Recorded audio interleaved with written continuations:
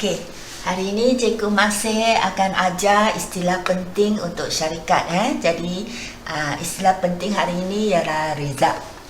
So, soalan ini soalan popular dalam STPM. Jadi you kena tahu macam mana nak bagi definisi rizab. So when we say rizab, actually ialah keuntungan yang telah diperuntukkan khas untuk sesuatu tujuan tertentu yang akan diguna pada masa hadapan ataupun bertujuan untuk mengukuhkan lagi kedudukan kewangan syarikat. So this is rizab. You keep aside some untung for future use and untuk so that akan mengukuhkan lagi kedudukan kewangan syarikat. Jadi rizab ini video yang sebelumnya cikgu kata dia adalah sebahagian daripada equity pemegang saham. Kan nanti rizab akan campur dengan modal diterbitkan menjadi jumlah equity pemegang saham. So rizab ini ada dua jenis, satu rizab modal, satu rizab hasil. Okey, cikgu terangkan rizab modal dulu. Satu yang ni cikgu sudah pun diterangkan pada video sebelumnya. Contoh dia ialah premium saham. Dia diberi nama rizab modal, definisi dia kerana rizab yang wujud daripada keuntungan modal. When you premium saham, when you terbitkan the modal saham, the extra income we keep, the premium we keep as rizab. That's why inilah definisi dia, akibat kerana hasil daripada keuntungan modal. Jadi rizab ini seperti premium saham lah dia boleh diguna untuk meningkatkan equity pemegang saham melalui mempermodalkan keuntungan syarikat. So you debit the modal rizab, then you credit the modal saham. This one cikgu pun sudah terangkan pada video sebelumnya. Jadi cikgu tak akan panjang lebar tentang ni. Jadi kenapa boleh wujud rizab modal? Satu, kerana keperluan undang-undang berkanun. So seperti premium saham adalah diwujud kerana keperluan undang-undang. Mengikut undang-undang, modal kena direkod pada harga par. Okay?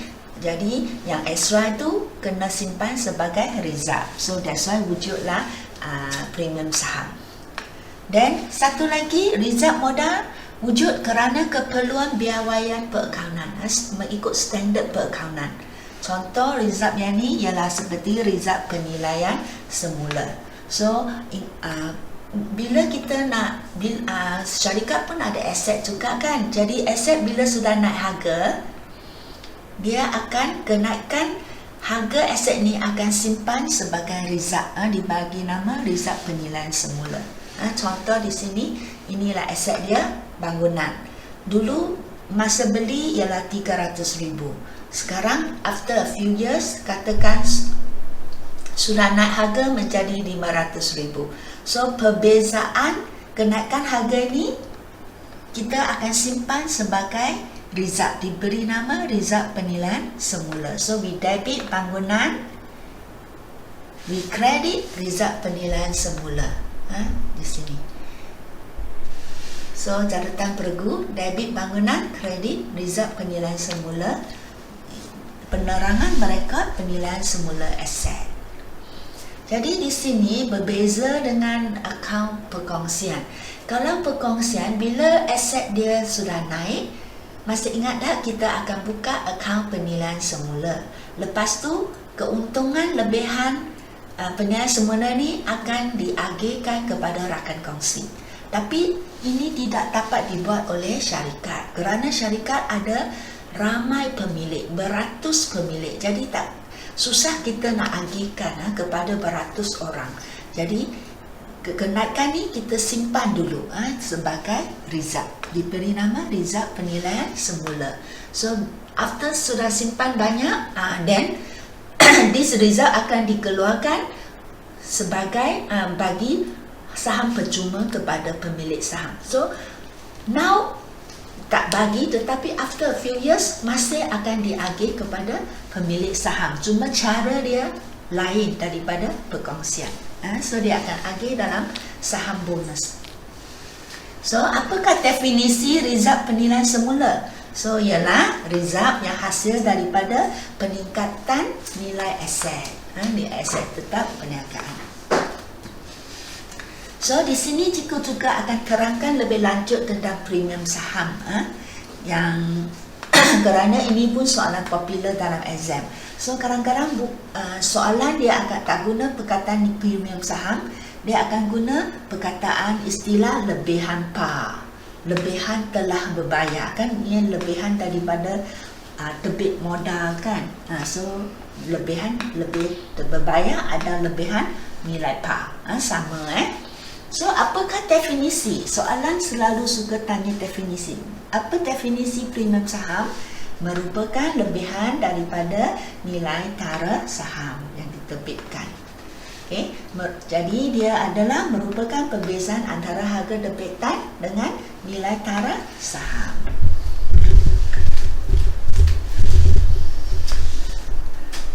So fungsi, soalan selalu tanya tentang definisi, dan the next one will be apa kegunaan premium saham. So premium saham kita sudah belajar. Kegunaan pertama, dia boleh menerbitkan saham bonus. Okay, give free saham. Tetapi ingat, very important, tak boleh guna untuk dividen tunai. Semua result modal seperti tadi, result penilaian semula, result premium saham, semua ini adalah hasil daripada modal. So anything about modal cannot use to give dividen tunai.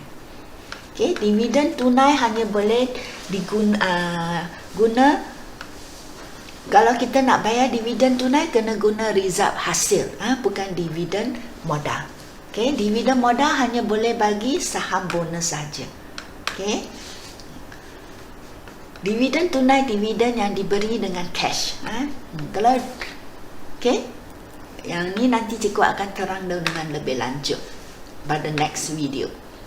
Dan ini ialah kegunaan pertama. Kegunaan kedua, dia boleh diguna untuk menghapuskan belanja penubuhan. Syarikat is a big company, big perniagaan. Jadi nak tubuhkan satu syarikat, mungkin jumlah dia, the money that you need mungkin bermillion, ada beratus ribu tubuhkan. Jadi nak keluarkan memorandum, nak keluarkan tata urus, that one pun need a lot of money. So belanja penubuhan ni adalah sangat jumlah yang besar. So you can use the premium saham after a few years when you debit dan saham, then you can use this to hapuskan the belanja penubuhan. Belanja penubuhan biasa kita tubuhkan big money, right? Jadi dia tak boleh dihapuskan sekaligus. Dihapuskan a bit, boleh guna premium saham to hapuskan. This one you sudah belajar masa semester 1. Kalau sudah lupa, sila rujuk balik buku teks semester 1. Dan selain daripada itu, kita boleh menghapuskan kos-kos yang berkaitan dengan penerbitan saham. Kalau kita nak terbit saham, ingat cikgu kata dia kena keluarkan prospectus. Jadi ini pun perlukan duit. You kena mohon daripada pentadbir syarikat. So all this need a lot of money, so you can use premium saham untuk cover the cost. Okay, so jadi ini tentang result modal. Sekarang another one of result ialah result hasil. So hasil, kalau result modal wujud daripada modal, so hasil ini, result hasil wujud daripada hasil perniagaan. That means we get the result from the untung bersih perniagaan, untung perniagaan. So definisi dia, lebihan keuntungan syarikat, the extra income. When kita ada aktiviti jual beli, okay, then you dapat untung kan, untung kasar, untung bersih. So the untung yang you dapat dari aktiviti jual beli perniagaan ni, you ketepikan, you simpan untuk kegunaan masa depan. That's why we call it result hasil. You get it from aktiviti jual beli perniagaan. Okay, so result hasil ialah keuntungan perniagaan yang tidak diagihkan. Okay, you got some untung, right? So you keep that untung. You tak agihkan untuk tujuan lain. You keep it. Okay, so kenapa kena macam tu? Satu, kerana keperluan undang-undang. Memang syarikat ni ada ramai pemilik kan. So memang akta syarikat kata tak boleh use all the untung. Kalau perkongsian boleh, adanya untung bersih dan semua dia agihkan lepas dia bayar gaji rakan kongsi, dia bayar faedah atas modal, dia bayar ini bayar satu, dan the extra income semua agih kepada rakan kongsi. Masih ingat tak? Tetapi untuk syarikat tak boleh kerana dia melibatkan beratus pemilik. Jadi kalau dia bankrupt kan, dia akan menyebabkan ramai yang susah, keadaan susah kepada pemilik. So they say they have to keep some money for emergency use. Jadi polisi penghematan, berhati-hati syarikat untuk tidak mengguna semua keuntungan syarikat. So they have to keep some money untuk masa hadapan. So ini dia cikgu terangkan macam mana dia keep the money. Ini ialah akaun untuk rugi kan, kita ada untung kasar. Lepas tu you tolak semua belanja kan, kita dapat untung bersih. So untung bersih ini kita akan agihkan, akan pindahkan ke satu akaun, kita panggil akaun pendapatan tertahan. Ni konsep dia sama seperti perkongsian. Untung bersih nanti akan hantar ke akaun pengasingan untuk rugi kan, untuk diagihkan kepada rakan kongsi. Tapi syarikat kita tak ada akaun pengasingan untuk rugi, kita ada akaun pendapatan tertahan. That means you tahan the untung, you tahan the pendapatan, you keep it tahan. So catatan beregu, you debit untuk rugi, you credit pendapatan tertahan. So you keep in this account, then you pun agihlah kepada pemegang saham dalam cara dividen. So all this is cash. Dividen ni ialah dividen tunai. You give them cash. Agihan untung. So as I said, tak boleh. Then some you can keep as result arm. Result arm ialah result untuk tujuan secara am lah. Ia boleh guna juga untuk membayar dividen saham, give free saham kepada pemegang saham. So result arm pun boleh ya. So from the untung bersih, you bayar sini, you keep the money. Then mesti ada yang disimpan. Cannot use all. So let's say you keep for 20,000. So this 20,000 will keep until next year. Then next year ada untung bersih lagi. So result arm ini dengan paki the money that you tak diagihkan dalam pendapatan tertahan, inilah contoh result hasil. Why panggil hasil? Because we get it from the hasil perniagaan. So contoh dia result arm pendapatan tertahan. So nanti kalau kita nak bayar dividen tunai, you can use all this to pay. So catatan jurnal, soalan selalu tanya, kan kita pindah dari akaun rugi ke pendapatan tertahan kan? So soalan selalu ada keluar. So you kena tahu macam mana nak buat catatan. Catatan jurnal untuk menunjukkan permintaan untung bersih ke akaun pendapatan tertahan. Ada buku kata untung tertahan sama. So debit untung rugi, kan dia debit. Dan kita kredit akaun pendapatan tertahan. Penerangan guna ni, pemindahan untung bersih ke akaun pendapatan tertahan. So soalan seperti juga dengan result modal, soalan premium saham bagi definisi, bagi kegunaannya. So sama jugalah dengan result hasil. Apakah kegunaan dia? Dia boleh diguna untuk pembayaran dividen tunai. You can give dividen dalam bentuk tunai. Kalau result modal tak boleh. Result modal boleh bagi dividen tapi dalam bentuk saham. Hanya result hasil saja boleh bagi dalam bentuk tunai. Dan result hasil selain daripada tunai, dia boleh juga bagi dividen dalam bentuk saham. Jadi it can use for both tunai and saham. Tetapi result modal hanya saham saja. Dan kegunaan kedua sebagai dana penyamaan dividen. Kan kadang-kadang syarikat untung dia tak berapa kan, tapi they want to keep the same kadar dividen to the kepada pemegang saham. So last year I give you 10%. So this year I hope I want to give you 10% also. So tak cukup money how? Then you can use the result hasil. They come out to give the 10%. Okay, you can cover. Atau sebagai dana memperbesarkan perniagaan, you need to expand your perniagaan, you use the money from result hasil. Sebagai dana menghapuskan kerugian luar jangkaan. Sometimes ada something happen di luar jangkaan seperti liability contingent, suddenly got somebody sue you. Okay, adanya tuduhan, okay, adanya kes mahkamah, adanya kerugian luar jangkaan seperti kerugian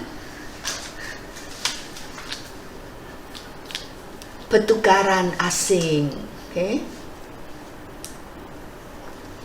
mungkin masa ini mata wang sudah turun, so adanya rugi pertukaran asing, mata wang. So that is you can use the result hasil untuk hapuskan kerugian ni.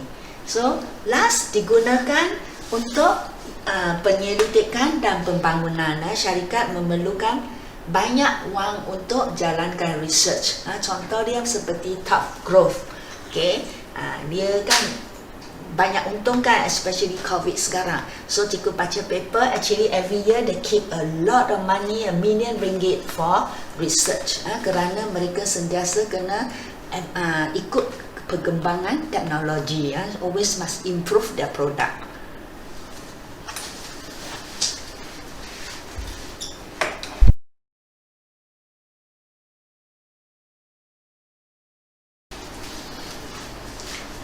Okey, yang ni masih video tentang istilah penting syarikat. Kali ini cikgu nak explain dividen.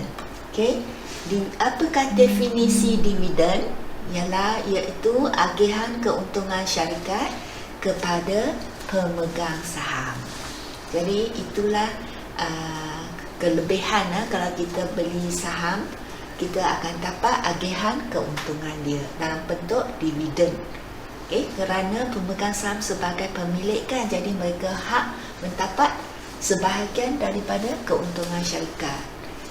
Jadi dividen boleh diberi dalam dua bentuk. Satu ialah dividen saham. Cikgu sudah explain ini, syarikat boleh bagi dividen saham dengan menerbitkan saham bonus. Dividen diberi dalam bentuk saham. Yang ni cikgu sudah explain dalam terbitan bonus. Jadi untuk video ni cikgu tak explain lah. Untuk video ni cikgu akan hanya explain dividen tunai, iaitu dividen yang dibayar dalam bentuk tunai, cash. So ini dia apa itu dividen tunai, iaitu dividen yang dibayar dalam bentuk tunai dan yang dibayar mengikut kadar yang ditetapkan. Seperti dividen saham juga, dia ada kadar dia. So bila ditetapkan oleh lembaga pengarah, kalau dia dividen saham keutamaan, dia sudah pun ditetapkan oleh lembaga pengarah semasa sebelum dia terbitkan saham itu. They already plan earlier. Kalau dia saham dividen untuk saham biasa pula, dia tak tetapkan, tetapi dia hanya akan ditetapkan dengan persetujuan semasa mesyuarat agung tahunan setiap tahun. Kerana dividen untuk saham biasa tak tetapkan, dia tak boleh ditetapkan semasa mereka belikan saham. Dia akan hanya ditetapkan semasa mesyuarat agung. Tetapi untuk saham keutamaan, dia telah pun ditetapkan semasa saham itu diterbitkan. So dividen tunai ni dibayar berdasarkan nilai tara saham itu. Jadi tak kisahlah nilai pasaran dia naik berapa pun, dividen ni hanya akan dikira mengikut nilai par dia, nilai tara dia. Pembayaran boleh dibuat pada akhir tahun ataupun secara berperingkat. Pada akhir tahun demi once, sekali setahun, atau syarikat yang dapat untung banyak, dia boleh bayar secara berperingkat. I mean, sekali pertengahan tahun, another time akhir tahun. So bila dia kata dibayar secara berperingkat, dia adalah diberi nama, kalau pertengahan tahun dividen interior, kalau akhir tahun dividen akhir tahun. So yang ni dia penerangan rancang untuk dividen interior demi dividen yang dibayar sebelum untung bersih tahunan diketahui. Dividen ni dibayar jika syarikat memperolehi untung yang banyak dalam setengah tahun yang pertama. So sampai bulan Jun dia dapati untung dia sangat banyak, so dia boleh announce bagi dividen, even not yet the akhir tahun. So that is called dividend interim.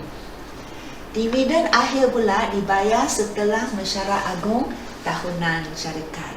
Okay, yang telah mesyuarat agung ni telah meluluskan cadangan, usul ni cadangan kadar dividen yang dikemukakan oleh lembaga pengarah. So this one usually for saham biasalah. Jadi kalau untung banyak, then lembaga pengarah boleh membukakan cadangan nak bagi berapa peratus kadar dividen kepada saham biasa, dan kalau mesyuarat agung luluskan, then they can pay. Okay, dia akan dibuat selepas kita tahu untung tahunan syarikat tu. So inilah dia peringkat perekodan dividen. Okay, ada 3 peringkat. Satu, dia akan isytiharkan dividen. Bila dividen diisytiharkan melalui surat khabar ke apa, so once you isytihar, that mean you announce secara black and white. Jadi sudah rasmi, jadi dia perlu direkod di Jurnal Am. Dan peringkat kedua, perekodan ini tak perlu catat di Jurnal Am, kerana once you isytihar, that mean company they need to find out siapakah berapakah orang pemegang saham, siapakah mereka, berapakah mereka sudah beli. So they need to do a lot of paperwork. Yang ini paperwork saja tak perlu catat. That means they need to find out all these things lah sebelum mereka bayar. So this one tak ada catatan jurnal. Lepas they find out everything, siapakah pemilik dia, berapa dia sudah beli, berapa dividen baru bayar kepada dia, all these are paperwork, then only can peringkat ketiga, they start pay the dividend. Ini once start pay melibatkan wang kan, so that perlukan Jurnal Am. Okay, hanya 2 peringkat ni perlu catat, yang ini peringkat kedua tak perlu catat. Yang ini dia catatan jurnal untuk merekod dividen. Ada 2 keadaan. Satu, dia isytihar terus bayar, ataupun keadaan kedua, dia isytihar dulu, katakan pada 1 April, dan lepas tu Jun baru dia bayar, ataupun isytihar pada akhir tahun, lepas tu next year baru bayar. Okay, cara merekod adalah berlainan. Kita tengok keadaan pertama dulu. Dia isytihar terus dia bayar. Jadi kalau dia terus bayar, kita kredit bank lah. Dan dia isytihar itu tengok dividen apa. Kalau dividen SB, debit dividen SB. Kalau dividen SK, kredit dividen SK, debit dividen SK. Jadi itu dia, dan merekod pembayaran dividen. Kalau dia dividen interior, tulislah merekod pembayaran dividen interior. Tak perlu buka dividen interior, dividen akhir tahun, tak ada. Just account dividen saja. Dividen apa, sama ada dia akhir tahun atau interior, kita tulis dalam penerangan. Okay, so lepas tu kita kena tutup akaun dividen ni dan pindah ke akaun pendapatan tetahan. Dia macam perkongsian.